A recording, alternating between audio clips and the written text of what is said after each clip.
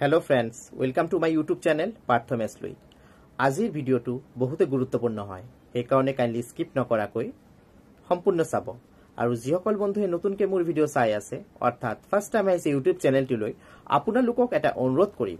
ভিডিওটি সম্পূৰ্ণ চোৱাৰ পাছত যদি আপোনালোকৰ মোৰ ভিডিওটি ভাল লাগে আৰু আগন্তুক দিনত মোৰ ভিডিওসমূহ চাই থাকিব বিচাৰে, তেনেহলে কাইন্ডলি এই YouTube চেনেলটি সাবস্ক্ৰাইব কৰি ল'ব যদি এতিয়ালৈকে সাবস্ক্ৰাইব কৰা নাই আৰু লগত থকা বেল আইকনটো প্ৰেছ কৰি দিব। ইয়াৰ লগতে সকলো ভিউয়াৰ্সক এটা ৰিকুৱেষ্ট কৰিম, মোৰ ভিডিওসমূহ চোৱাৰ পাছত যদি আপোনালোকৰ মোৰ ভিডিওস ভাল লাগে কাইন্ডলি লাইক এটা দিবলৈ নাপাৰিব। ইয়াৰ লগতে আপোনালোকৰ যিসমূহ মানে প্ৰশ্ন আছে চৰকাৰী চাকৰি তথা আঁচনি সম্পৰ্কীয় কাইন্ডলি মোৰ ভিডিওৰ কমেন্ট বক্সত জনাই দিব। মই সেই প্ৰশ্নসমূহৰ উত্তৰ দিবলৈ চেষ্টা কৰিম।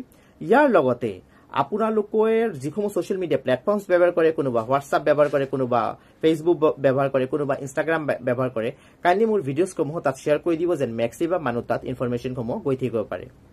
মই কেৱল মাত্ৰ চৰকাৰী আঁচনি তথা চাকৰি সম্পৰ্কীয় ভিডিওস প্ৰস্তুত কৰোঁ তেনেকুৱা নহয়, যিসমূহ ইনফৰমেশন চৰকাৰী ইনফৰমেশন আমি জনাটো নাগৰিক হিচাপে অতি প্ৰয়োজনীয় হয় আমাৰ বাবে, তেনেকুৱা প্ৰতিটো ইনফৰমেশনে মই ভিডিওৰ যোগেদি প্ৰস্তুত কৰোঁ আপোনালোকৰ বাবে। সেইকাৰণে মোৰ ভিডিওসবোৰ কাইন্ডলি ৰেগুলাৰলি চাব। সো বন্ধুসকল, এতিয়া আৰু পলম নকৰাকৈ আজিৰ ভিডিওটো আৰম্ভ কৰিছো। আজিৰ ভিডিওটোৰ প্ৰথম গুৰুত্বপূৰ্ণ খবৰ হৈছে চাকৰিৰ খবৰ। গুৱাহাটী মেডিকেল কলেজ এণ্ড হস্পিটেলত চাকৰি ওলাইছে, ৰিক্ৰুটমেণ্ট ওলাইছে। এপ্লাই কৰাৰ অন্তিম তাৰিখ হৈছে 27 নৱেম্বৰ 2024। পোষ্টসমূহৰ বিৱৰণ আৰু কোৱালিফিকেশ্যন কি লাগিব গোটেইখিনি জনাই আছো। ফাৰ্ষ্ট পোষ্টটো হৈছে কাৰ্ডিয়েক এনেস্থেচিয়লজিষ্ট। ইয়াৰ পোষ্টৰ সংখ্যা হৈছে এটাই পোষ্ট আছে। এডুকেশনাল কোৱালিফিকেশ্যন লাগিব DM or fellowship in cardiac anesthesia from a recognized institute and must have 1 year experience in that field. Okay, আৰু আপোনালোকৰ যেটো পে হ'ব, ইয়াৰ পে উইল বি নেগোশিয়েবল, যথেষ্ট মানে পে কৰা হ'ব। সেকেন্ড যেটো পোষ্ট আছে, পোষ্টটো হৈছে জেনাৰেল ডিউটি মেডিকেল অফিচাৰ। এটাই পোষ্ট আছে। এডুকেশনাল কোৱালিফিকেশ্যনৰ প্ৰয়োজন পৰিব MBBS ডিগ্ৰী থাকিব লাগিব from any recognized university under MCI or NMC, and the candidate must be registered under Assam Medical Council and minimum of 2 years experience in a reputed hospital. So MBBS degree থাকিব লাগিব, তাৰ পাছত medical council of আসামৰ আন্ডাৰত registered থাকিব লাগিব আৰু 2 বছৰৰ experience থাকিব লাগিব এটা ৰেপুটেড হস্পিটেলত কাম কৰাৰ। থাৰ্ড পোষ্ট হৈছে ষ্টাফ নাৰ্ছ। নাৰ্ছৰ প্ৰয়োজন হৈছে, নাম্বাৰ অফ পোষ্ট হৈছে 4টা পোষ্ট আছে আৰু BSc nursing or GNM course passed and registered under Assam Nurses, Midwives and Health Visitors Council and minimum 1 year experience. So eto Assamor odhin Assam Nurses, Midwives and Health Visitors Councilor underot registered থাকিব লাগিব আৰু minimum 1 year experience থাকিব লাগিব। তাৰ পিছত আহিছে ANM post। ইয়াৰ বাবে educational qualification লাগিব completed the ANM nursing course from a recognized institution and valid registration with a Assam Nurses, Midwives and Health Visitors Council and minimum 1 year experience. Yar pay to hobo 18,000 per month. Tar pisot physician assistant hoar babe high secondary pass thakibo lagibo science streamot aru diploma in physician assistant and minimum 2 year experience thakibo lagibo aru yar pay to hobo 19,800 টকা। আৰু আপোনালোকে কি ধৰণে আপোনালোকে apply কৰিব পাৰিব মই জনাই দিও। Interested and eligible candidates shall have to submit their CV at the drop box in administrative block of the director office CN Center GMCH on or before 27/11/2024। অৰ্থাৎ আপোনালোকে নিজৰ বায়োডাটা আৰু আপোনালোকৰ এডুকেশনাল কোৱালিফিকেশ্যনৰ লগত জড়িত যিসমূহ নথিপত্ৰ আছে গোটেইখিনি আপোনালোকে যেটো বক্স দি আছে, যত বক্সত আপোনালোকে মানে লেটাৰ পোষ্ট কৰিব পাৰিব, যত office administrative block of the director office CN Center GMCH আছে। এই বক্স লগোৱা আছে অফিসৰ বাহিৰত, সেই বক্সত আপোনালোকে পুট কৰি আহিব লাগিব ড্ৰপ বক্সত, ঠিক আছে। আৰু আপোনালোকক এড্ৰেছটো মই ভিডিঅ ডেসক্ৰিপশন বক্সত আপোনালোক জনাই দিম, কিন্তু আপোনালোকে এপ্লাই কৰিব লাগিব 27 এটো মাহ 27 তাৰিখৰ পূৰ্বে আপোনালোকে এপ্লাই কৰিব লাগিব। লাষ্ট ডেট হৈছে 27 তাৰিখ, তাৰ পূৰ্বে এপ্লাই কৰি দিব।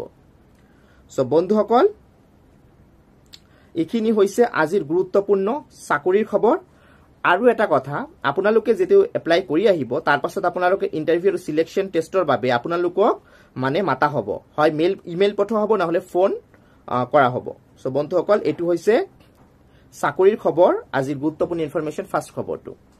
এতিয়া আহিছো আজি দ্বিতীয়টো গুৰুত্বপূৰ্ণ খবৰলৈ। দ্বিতীয়টো গুৰুত্বপূৰ্ণ খবৰ হৈছে এমপ্লয়মেণ্ট এক্সচেঞ্জত আপোনালোকে যদি ৰেজিষ্ট্ৰেশ্যন কৰিছে আৰু আপোনালোকৰ যদি অৰ্থাৎ আপোনালোকৰ যদি এমপ্লয়মেণ্ট এক্সচেঞ্জ কাৰ্ড আছে তেনেহলে আপোনালোকে অসম চৰকাৰৰ এটা ভাল আঁচনি লাভ কৰিব। যদি আপোনালোকে কোনো ধৰণৰ চৰকাৰী চাকৰি লাভ কৰা নাই এতিয়ালৈ, মানে অসম চৰকাৰে নিবনুৱা যুৱক যুৱতীসকলৰ বাবে তেওঁলোক যিসকলে এতিয়ালৈ চৰকাৰী চাকৰি লাভ কৰা নাই তেওঁলোকে যেন নিজে সংস্থাপিত হ'ব পাৰে, ব্যৱসায় বাণিজ্য কৰিব পাৰে, তাৰ প্ৰতি লক্ষ্য ৰাখি ইতিমধ্যে মুখ্যমন্ত্ৰীৰ আত্মনিৰ্ভৰ অসম অভিযান 2.0 আৰম্ভ কৰিছে।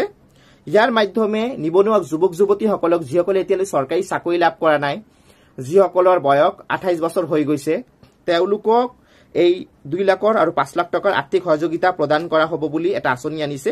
ইয়াৰ নাম হৈছে চিফ মিনিষ্টাৰ্ছ আত্মনিৰ্ভৰ আসাম অভিযান 2.0। অনলাইন প্ৰচেছৰ যোগেদি এপ্লাই কৰিবলৈ হয়। এটোত এপ্লাই কৰিবলৈ হলে অনলাইন প্ৰচেছৰ যোগেদি আপুনি এপ্লাই কৰিব লাগিব। এই আঁচনিত এপ্লাই কৰিবলৈ হলে প্ৰথমতে আপোনাৰ বয়স 28 বছৰৰ পৰা ধৰি 45 বছৰ বয়সৰ ভিতৰত হ'ব লাগিব। দ্বিতীয়তে আপুনি যদি জেনেৰেল কাষ্টৰ বিলং কৰে তেনেহলে আপুনি মিনিমাম মেট্ৰিক পাছ কৰা হ'ব লাগিব, আৰু আপুনি যদি SC ST OBC কাষ্টৰ হয় তেনেহলে আপুনি মিনিমাম ক্লাছ 10 লৈকে পঢ়া শুনা কৰা থাকিব লাগিব। ইয়াৰ উপৰি আপোনালোকৰ এমপ্লয়মেণ্ট এক্সচেঞ্জত ৰেজিষ্ট্ৰেশ্যন কৰা থাকিব লাগিব। দ্বিতীয় তাৰপিছত আপোনালোকৰ অসমৰ স্থায়ী বাসিন্দা হ'ব লাগিব, পাৰ্মানেণ্ট ৰেচিডেন্স অফ আসাম হ'ব লাগিব। আৰু এটা গুৰুত্বপূৰ্ণ কথা, আপোনালোকৰ বেংকৰ একাউণ্ট থাকিব লাগিব, আৰু আপোনালোকৰ এই বেংকৰ একাউণ্টটো 1 এপ্ৰিল 2024 পূৰ্বে যেন খোলা হয় সেইখিনি হ'ব লাগিব। মানে বেংকৰ একাউণ্টটো আপুনি ইমিডিয়েট খুলি এপ্লাই কৰিব নোৱাৰিব। আপোনাৰ বেংকৰ একাউণ্টটো মিনিমাম 1 এপ্ৰিল 2024 পূৰ্বত একাউণ্ট থাকিব লাগিব। সো আৰু এটা গুৰুত্বপূৰ্ণ কথা, এইটো আছে এপ্লাই কৰিবলৈ হলে জেনেৰেল কেটেগৰীৰ যিসকল কেণ্ডিডেটছ আছে তেওঁলোকে 200 টকা ৰেজিষ্ট্ৰেশ্যন ফিজ পে কৰিব লাগিব, আৰু যিসকল ST SC OBC মানে কাষ্টৰ কেণ্ডিডেট হয় তেওঁলোকে 100 টকা ৰেজিষ্ট্ৰেশ্যন ফি পে কৰিব লাগিব। ইয়াৰ উপৰি আৰু এটা গুৰুত্বপূৰ্ণ কথা মই কৈ দিওঁ যে আপোনালোকে যদি মুখ্যমন্ত্ৰী আত্মনিৰ্ভৰ অসম অভিযান 1.0 এপ্লাই কৰিছিলে বা তাৰ সুবিধাখিনি লাভ কৰিছে তেনেহলে আপুনি কিন্তু মুখ্যমন্ত্ৰী আত্মনিৰ্ভৰ অসম অভিযান 2.0 এপ্লাই কৰিব নোৱাৰিব। আগতে যদি এইটো আঁচনি সুবিধা আগতে পাইছে এবাৰ এপ্লাই কৰিব নোৱাৰিব, আৰু এটা পৰিয়ালৰ এজন সদস্যই এই আঁচনিত এপ্লাই কৰিব পাৰিব। সো এইখিনি হৈছে গুৰুত্বপূৰ্ণ আঁচনিটোৰ লগত জড়িত গুৰুত্বপূৰ্ণ ইনফৰমেশ্যনসমূহ। কিন্তু বাৰে বাৰে আকৌ এবাৰ ৰিপিট কৰি দিওঁ, আপোনালোকৰ বয়স 28 পৰা 45 বছৰৰ ভিতৰত থাকিব লাগিব, আপোনাৰ এমপ্লয়মেণ্ট এক্সচেঞ্জ ৰেজিষ্ট্ৰেশ্যন থাকিব লাগিব, আপুনি জেনেৰেল কেটেগৰী হলে মেট্ৰিক পাছ থাকিব লাগিব, আৰু ST SC OBC চাৰ্টিফিকেট থাকিলে আপোনালোকৰ ক্লাছ 10 লৈকে পঢ়া শুনা কৰা থাকিব লাগিব।